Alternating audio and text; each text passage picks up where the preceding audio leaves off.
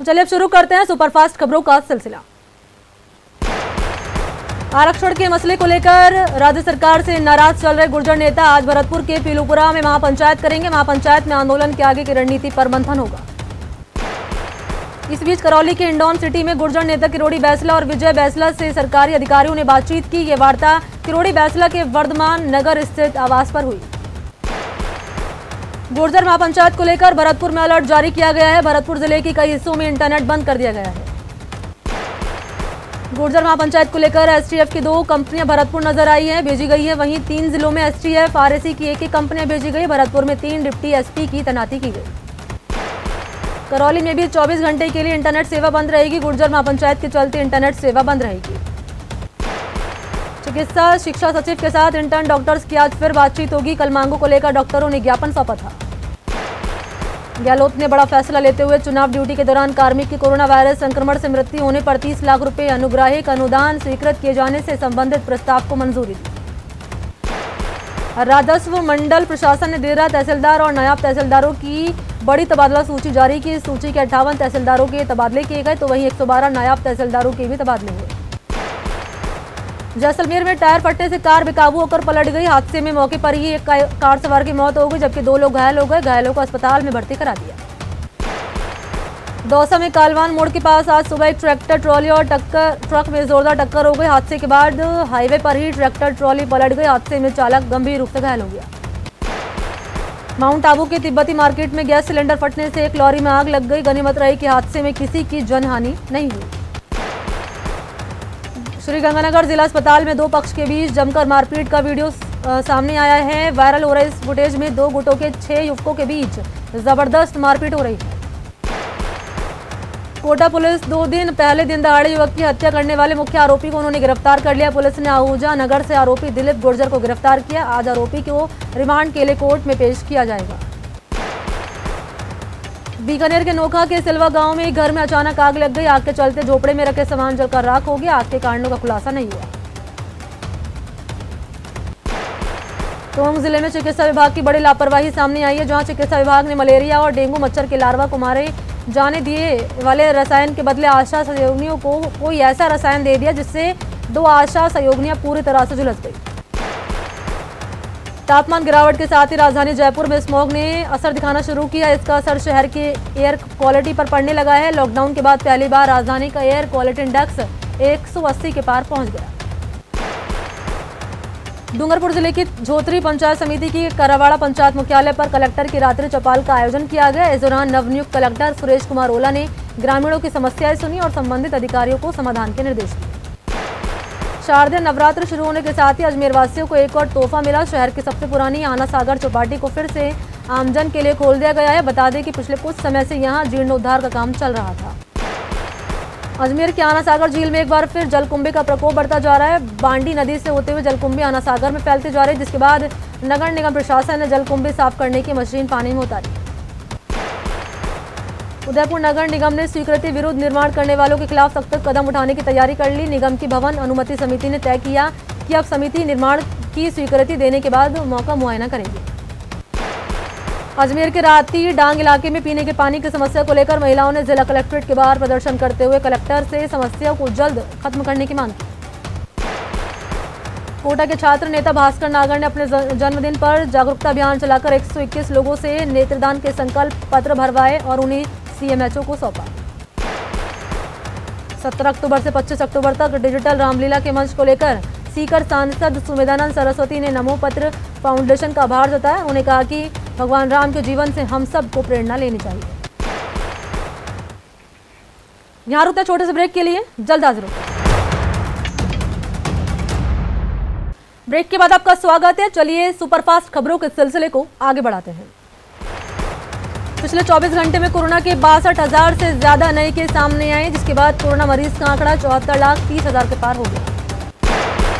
पिछले 24 घंटे में देश भर में कोरोना से 839 लोगों की मौत हो गई, जिसके बाद मौत का आंकड़ा 1,13,000 के पार पहुंच चुका। वहीं पिछले 24 घंटे में 70,386 मरीज ठीक भी हुए, जिसके बाद ठीक हुए मरीज का आंकड़ा 65,21,000 को पार कर गया। वडोदरा में कोरोना का कहर जारी है। प्रदेश में कोरोना के 2000 नए केस सामने आए। इसके साथ ही पॉजिटिव का आंकड़ा 1,69,000 के पार हो गया। प्रदेश में कोरोना से पिछले 24 घंटे में 15 लोगों की जान चली गई, जिसके बाद कुल मौत का आंकड़ा 1723 पर पहुंच गया। दौसा के महवा विधायक ओम प्रकाश हुड्डा पर कोरोना गाइडलाइन के उल्लंघन का आरोप लगा है। 15 अक्टूबर को उनकी कोरोना रिपोर्ट पॉजिटिव आई। इनका पूरा परिवार भी कोरोना पॉजिटिव आया। इसके बावजूद नेताजी भीड़ में पहुंच गए। जयपुर में कोरोना केस 28,000 के पार हो गए हैं। पिछले 24 घंटे में 394 नए केस सामने आए हैं। बीकानेर के बाजार में लोग सोशल डिस्टेंसिंग के जमकर धज्जे उड़ा रहे हैं। लोग बिना मास्क के ही आराम से मस्ती में घूमते हुए नजर आते हैं। कोरोना के खिलाफ राज्य सरकार की ओर से लोगों को जागरूक करने के लिए जन आंदोलन चलाया जा रहा है। इस कड़ी में आज जयपुर नगर निगम ग्रेटर के आयुक्त दिनेश यादव ने भी लोगों को मास्क बांटे। अजमेर के रीजनल कॉलेज चौराहे पर सर्वधर्म समाज की ओर से लोगों को मास्क बांटे गए। कई धर्मगुरुओं की मौजूदगी में एडीएम कैलाश चंद्र शर्मा ने लोगों से कोरोना के प्रति सचेत रहने की अपील की। उदयपुर में कांग्रेस कार्यकर्ताओं ने शहर में मास्क बांटने का कार्यक्रम किया और लोगों को मास्क लगाने के लिए जागरूक किया। कोटा में कोरोना के 89 नए केस सामने आए हैं। जिले में कुल मरीज 10,000 के पास पहुंच चुके हैं। श्रीगंगानगर के शिव चौक पर स्थित पंजाब बैंक में कर्मचारी कोरोना पॉजिटिव मिले, जिसके बाद बैंक की शाखा को कुछ दिनों के लिए बंद कर दिया। कोरोना का असर सिर्फ आम आदमी पर ही नहीं, लोक कला और संस्कृति पर भी पड़ा है। संक्रमण से मूर्तिकारों के सामने रोजी रोटी का संकट खड़ा हो गया।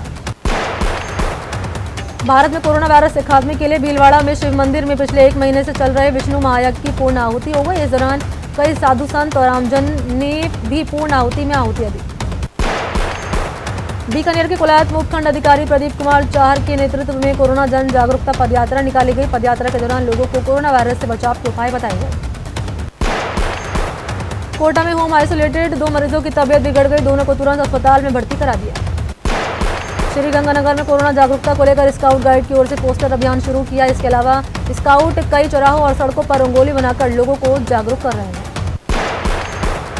श्रीगंगानगर में नो मास्क नो एंट्री जन जागरूकता अभियान के तहत नगरपालिका की ओर से आमजन को बिना मास्क घर से बाहर नहीं निकलने की समझाइश की गई। साथ ही नगरपालिका कार्यालय में स्टिकर का विमोचन किया गया। सीकर में कोरोना जागरूकता को लेकर रैली निकाली गई। रैली में स्काउट गाइड की ओर से कोरोना जन जागरण का संदेश दिया गया।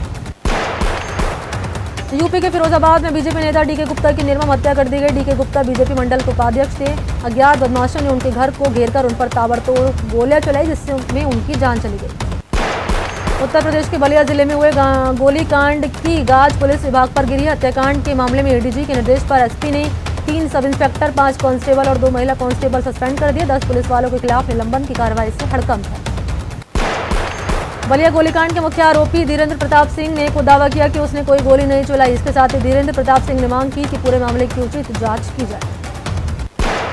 मथुरा के श्री कृष्ण जन्मभूमि के मालिकाना हक मामले में जिला जज की कोर्ट ने शुक्रवार को श्री कृष्ण विराजमान समेत 8 याचिकाकर्ताओं की सुनवाई की अर्जी को स्वीकार किया। साथ ही मथुरा कोर्ट ने पक्षकारों को भी नोटिस जारी किया।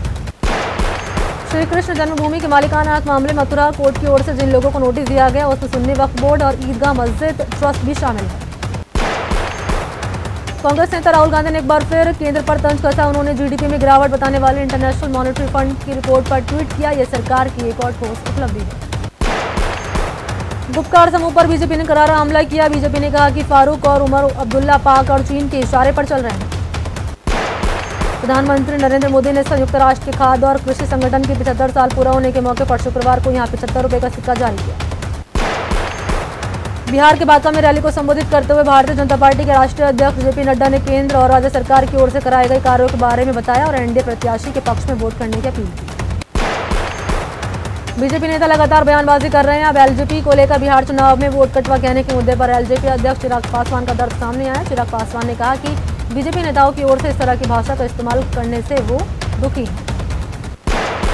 चिराग पासवान ने कहा कि बीजेपी के वोट कटवा कहने से मैं निराश हूं। मैं यह स्पष्ट करना चाहता हूं कि मैं पीएम नरेंद्र मोदी का अर्ध समर्थक हूं और मैं उन्हें नेता के रूप में सम्मान देता हूं।